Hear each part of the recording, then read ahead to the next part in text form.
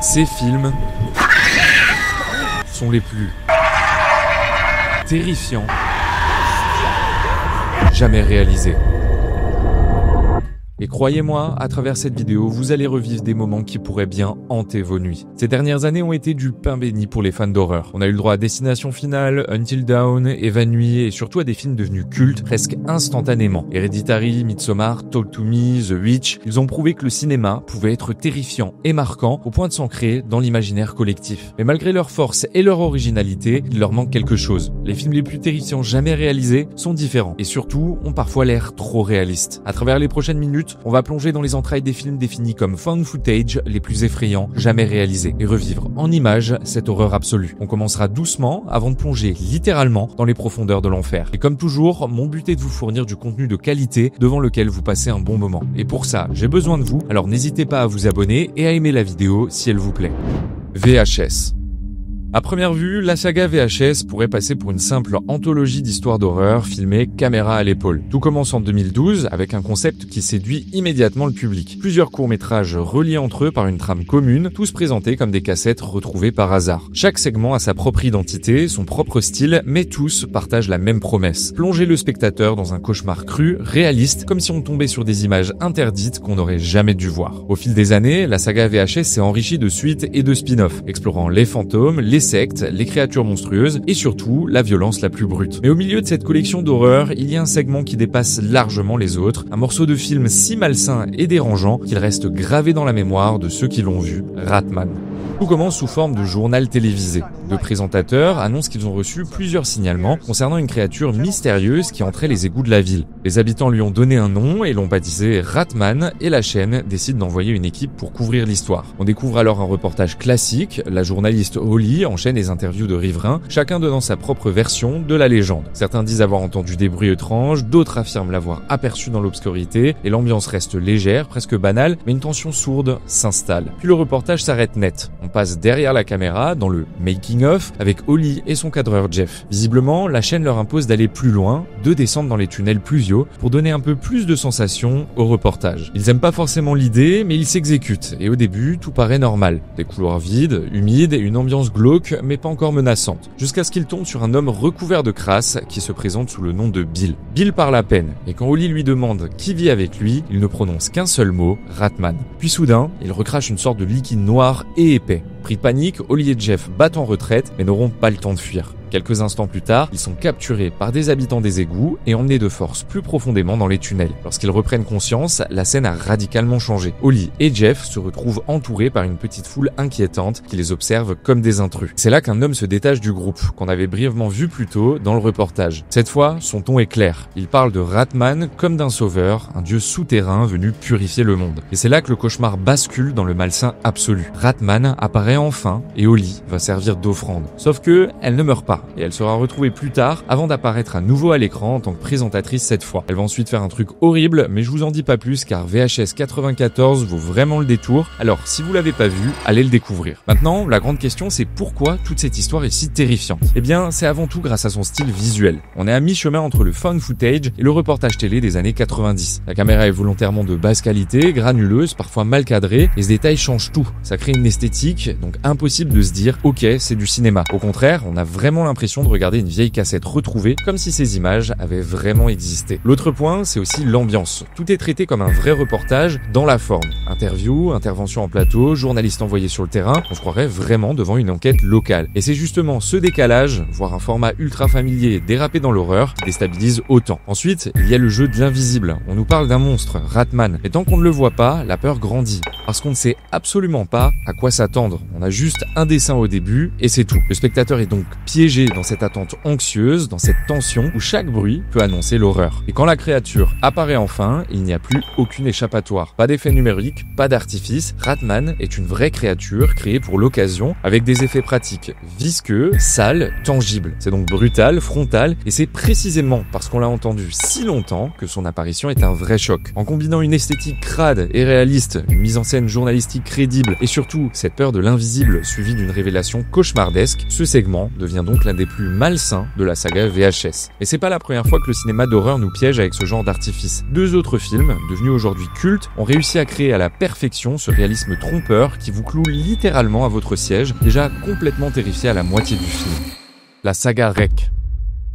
REC commence comme un simple reportage télé. La journaliste Angela Vidal et son caméraman Pablo suivent une équipe de pompiers de Barcelone lors de leur garde de nuit. Mais quand une alerte les conduit dans un vieil immeuble, tout bascule. Une femme âgée, qui semblait malade, devient soudainement incontrôlable et attaque violemment l'un des policiers. En quelques minutes, l'immeuble est placé en quarantaine totale par les autorités. Personne ne peut sortir et plus personne ne peut rentrer. À partir de là, c'est une descente aux enfers. Les habitants paniquent, la tension monte et l'immeuble se transforme peu à peu en un véritable piège. Dans le chaos, Angela et Pablo tentent de documenter tout ce qu'ils voient, sans coupure. Le début du film fait son effet et ça nous met directement dans l'ambiance. Mais la partie la plus terrifiante se situe bien après, lorsque le chaos total commence à envahir l'immeuble. Et vous vous en doutez, certaines scènes sont particulièrement marquantes, plus que les autres, notamment celle de la petite fille qui déclenche la partie la plus terrifiante du film. À partir de là, tout s'emballe. Tout commence lorsqu'elle vomit au visage de sa mère, avant de pousser un cri démoniaque et de s'enfuir à l'étage. Sa maman, devenue hystérique, est menottée pour éviter qu'elle ne blesse quelqu'un. Et retenez bien ça. Pendant ce temps, un policier, un pompier et le caméraman, Pablo, partent à la recherche de l'enfant et finissent par le retrouver dans un appartement. Quand il s'approche, elle se met à hurler et attaque le policier. Pris de panique, le pompier et Pablo tentent de fuir, mais ils se retrouvent face à la vieille dame du début. Heureusement, un coup de marteau va leur ouvrir le passage et ils vont dévaler les escaliers pour rejoindre les autres, restés en bas. Mais quand ils arrivent, de nouveaux infectés surgissent. Dans le même temps, la mère de la petite, toujours attachée, reste seule. Le policier qui avait les clés est resté piégé en haut à l'étage puisque c'est lui qui s'est fait attaquer par la petite fille. Impuissante, elle va donc regarder les survivants s'enfuir chez un voisin pendant qu'elle va se faire dévorer. Une autre scène tout aussi terrifiante est celle de l'escalier, qui ressemble un peu à une version horrifique de nos pires cauchemars. Angela et Pablo sont les derniers survivants non infectés. Et après avoir trouvé un trousseau de clés, ils retournent dans la cage d'escalier. Et regardez-moi juste ça, c'est atroce. Là, ils n'ont qu'une seule option, courir jusqu'en haut puis essayer les clés une par une pendant que la menace se rapproche. La pression elle est clairement énorme, surtout après la vision d'horreur qu'on vient d'avoir juste avant. Pour moi, et sans exagération, ce moment est juste terrifiant. Et pour terminer, la scène finale dans le grenier. Angela et Pablo, ils se retrouvent dans l'obscurité totale, avec seulement la vision infrarouge de la caméra. Le monstre est déjà là, tapis dans le noir, et il traque leurs moindres mouvements. Chaque bruit peut leur être fatal, et nous, spectateurs, on retient notre souffle avec eux jusqu'à la dernière seconde, comme si on était aussi traqués par cette horreur. Maintenant, on va passer à REC 2, qui reprend exactement là où le premier film s'était arrêté. Cette fois, c'est une équipe d'intervention qui entre dans l'immeuble pour découvrir ce qui s'y cache réellement. Dès leur arrivée, le ton il est donné. La rue elle est quadrillée par la police, l'accès est entièrement bouclé, et l'équipe doit pénétrer dans l'immeuble en passant par un sas anti-infection. Ils sont lourdement armés, équipés de caméras embarquées et accompagnés d'un médecin qui s'avère en réalité être un prêtre. Et malgré cet arsenal, ils n'ont aucune idée de ce qui les attend. Le spectateur, lui, le sait et c'est justement ça qui crée ce décalage et qui nourrit l'angoisse. Mais très vite, la vérité éclate et le tourbillon de terreur reprend. L'une des premières scènes qui nous glace le sang, elle se déroule juste après leur arrivée. Pour l'instant, rien ne s'est encore passé. L'équipe d'intervention a simplement progressé jusqu'en haut de l'immeuble. Après avoir fouillé le grenier où ils décident de séparer, l'un d'eux est envoyé inspecter un appartement d'où s'échappe une musique inquiétante. Il est seul et on le suit uniquement grâce à sa caméra embarquée, ce qui renforce encore la tension. Dans sa voix, on sent qu'il est terrifié et cette musique qui tourne en boucle n'arrange rien. Il va alors la couper et retourner dans le couloir. Regardez à droite, à gauche.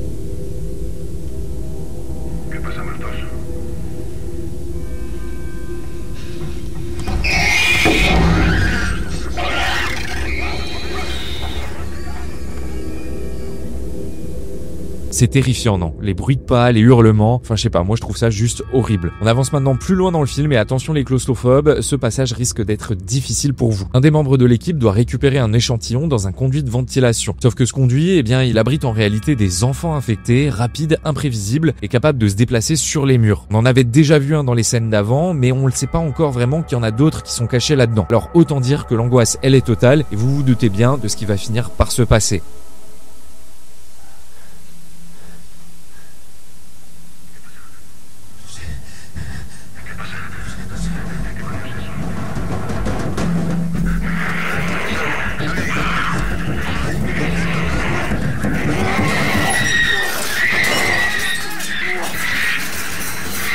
Une nouvelle fois, le bruit, les visuels, tout, c'est littéralement traumatisant. Et le pire, c'est que c'est pas vraiment un jumpscare, c'est juste qu'on se met encore une fois à la place de ce policier puisqu'on a cette caméra embarquée. Maintenant, on pourrait encore parler de ces deux opus encore longtemps et il y a plein de scènes dont j'ai pas parlé. Et ce qui rend REC si terrifiant, c'est pas seulement l'histoire, mais surtout la manière dont elle est racontée. Tout est filmé avec une caméra à l'épaule ou embarqué lorsqu'on suit la police, sans oublier l'ambiance sonore qui joue aussi un rôle très important. La caméra elle bouge, le son il sature et c'est ce qui donne l'impression de regarder un document brut et non un film scénarisé. Et pourtant, on va pas se mentir, c'était scénarisé de A à Z. Quant à l'angoisse, elle vient du fait qu'on est enfermé avec eux. Les personnages n'ont aucun moyen de s'échapper et nous non plus. Ou alors faut sortir des salles de cinéma ou faut éteindre la télé, sauf qu'on a envie d'en savoir plus. Chaque couloir sombre, chaque cri hors champ de la caméra, en tout cas, ça devient une menace. Mais ce qui glace vraiment le sang, c'est aussi le réalisme familier. Le hall d'immeuble, les appartements, le grenier, les voisins, on se dit facilement ça pourrait être chez moi dans mon immeuble. C'est d'ailleurs pour ça qu'il y a un remake qui va être réalisé aux États-Unis pour que le public américain, lui aussi, puisse ressentir cette terreur et se mettre à la place du spectateur dans un environnement aux airs bien plus familiers. Ce qui est aussi bien, c'est qu'à l'écran, il n'y a pas de héros hollywoodiens. Ce sont des gens normaux qui n'ont ni plan ni solution miracle. Juste des voisins, des pompiers, des policiers et une journaliste piégée dans une situation qui les dépasse totalement. Et c'est précisément ce qui les rend si proches de nous et ce qui rend donc le film si terrifiant. Les réalisateurs ont aussi expliqué avoir fait le choix de tourner sans aucune coupure et parfois même dans le noir total pour renforcer le réalisme. Pour l'anecdote, ils s'amusaient à effrayer les acteurs en lançant des objets ou en provoquant des bruits imprévus et des fois les acteurs ils s'effrayaient même eux-mêmes entre eux. Et surtout, si un comédien se trompait, trébuchait ou se cognait, justement, il n'avait pas le droit de s'arrêter. Il devait improviser et continuer la scène tout en restant fidèle à son personnage. La caméra ne devait couper en fait sous aucun prétexte. Et contrairement à Ratman où l'on attend assez longtemps de découvrir la créature, dans REC on sait assez vite qu'il y a des infectés dans l'immeuble. Et c'est justement ça qui rend le film insoutenable. Ils sont si imprévisibles, monstrueux, qu'on attend avec angoisse la prochaine fois qu'ils surgiront. Chaque apparition devient en quelque sorte une attaque de panique pour le spectateur. Et c'est ce mélange de réalisme quotidien, de peur de l'enfermement et de personnages ordinaires et d'horreur brute qui fait que REC 1 et 2 sont des films encore aujourd'hui considérés comme parmi les plus terrifiants jamais réalisés. Personnellement, moi ça fait partie de mes films préférés. Mais comme beaucoup, il y a un hic, c'est que j'ai été extrêmement déçu par le 3 et le 4. On perd en fait totalement le côté found footage de la saga qui était pourtant l'ADN de REC. Dans le 3, on utilise ce style sous la forme d'un film de mariage et l'idée aurait juste pu être géniale, sauf que après ça bascule vers un film d'horreur, beaucoup plus classique et forcément la peur c'est pas du tout la même, on n'est pas en train de vivre le moment. Et moi en tout cas je suis curieux de savoir ce que vous pensez. Est-ce que comme moi vous trouvez que la saga aurait dû rester exclusivement en found footage ou bien alors au contraire est-ce que vous pensez que ce virage vers un style de film d'horreur plus traditionnel était une bonne idée? Bon, maintenant pour le prochain film, place à l'une des légendes les plus fascinantes mais aussi les plus perturbantes jamais portées à l'écran.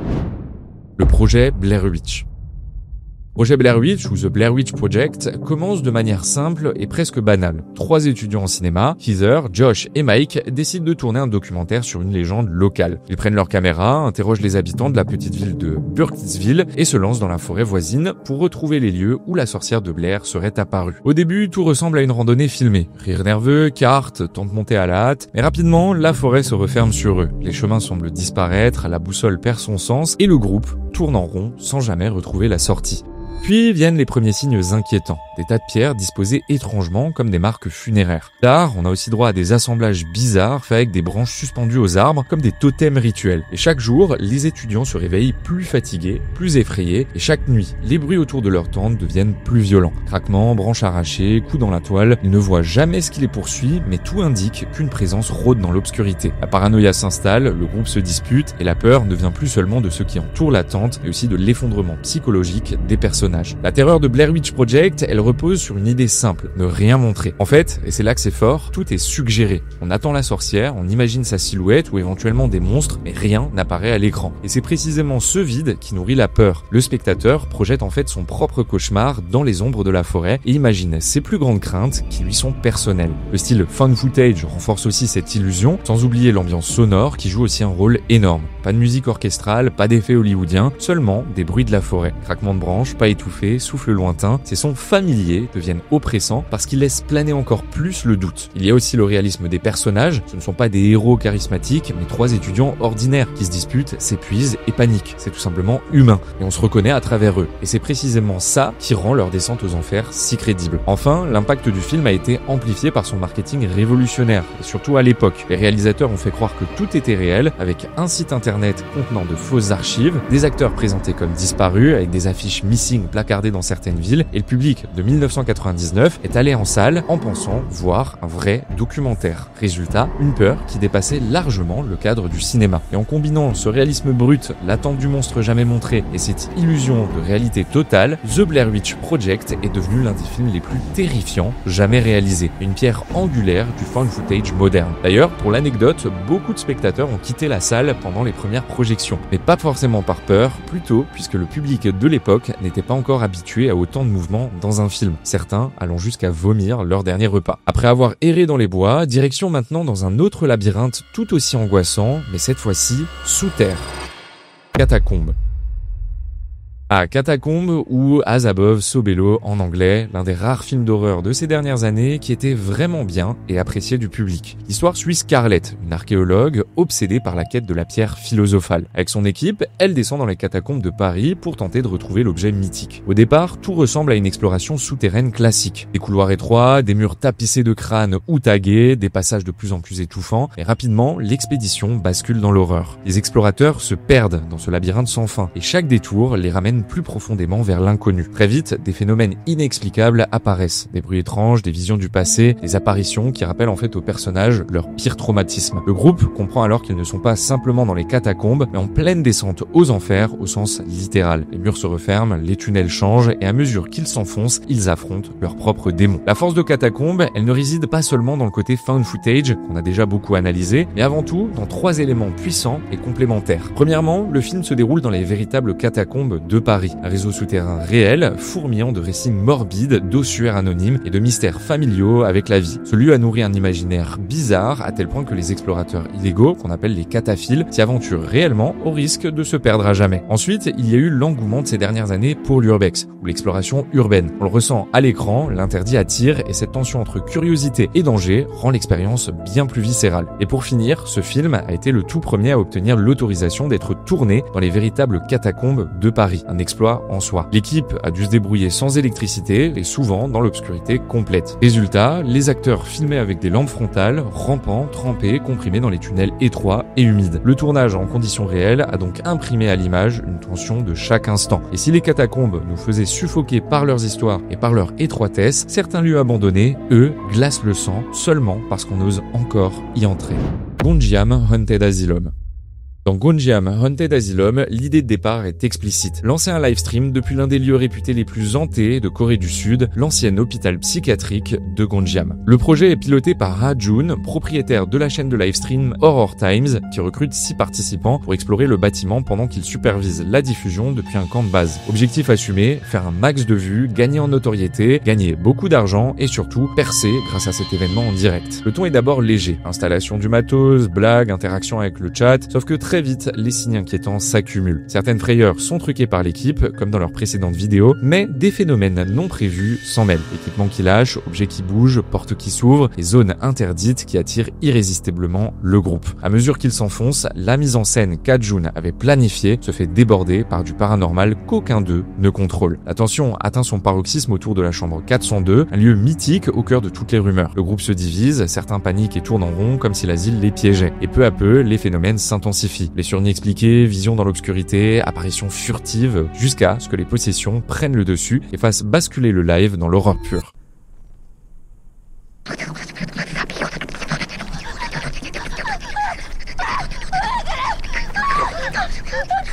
Mais si ce film captive autant, c'est parce qu'il ancre d'abord son horreur dans quelque chose qui semble vivant et plausible. D'abord, l'action se déroule autour du vrai hôpital psychiatrique de Gonjiam en Corée du Sud. Un établissement abandonné, chargé de rumeurs effrayantes et classé parmi les endroits les plus hantés du monde. Ensuite, à l'heure où le live streaming devenait viral, Gonjiam utilise ce format comme arme de peur. Ce réalisme hyper contemporain, juste avant le boom du streaming causé par le Covid, rend chaque bruit, chaque image incroyablement implacable. Bien évidemment, il y a cet aspect found footage qui encore une fois fait toute la différence. Et comme ce film se veut actuel, on a droit à une qualité d'image impeccable sans que cela ne rende l'expérience moins réelle et plus cinématographique. Au final, les films qui font vraiment peur, pas ceux qui choquent par leur gore, ni ceux qui se contentent de faire sursauter, ce sont les found footage. Parce qu'ils jouent sur l'illusion du réel, sur l'idée que les images qu'on regarde pourraient exister, qu'elles pourraient être retrouvées dans une caméra abandonnée quelque part. Et c'est ça qui est fascinant. Contrairement aux grosses productions blindées d'effets spéciaux, le found footage reste accessible. Avec une caméra, un peu de matériel et surtout beaucoup de créativité, n'importe qui pourrait en théorie donner naissance au prochain Blair Witch. En tout cas, pour moi, c'est cette proximité, cette impression que ça pourrait venir de n'importe où et qu'on pourrait tous vivre ce genre d'événement qui rend ce sous-genre si profondément terrifiant.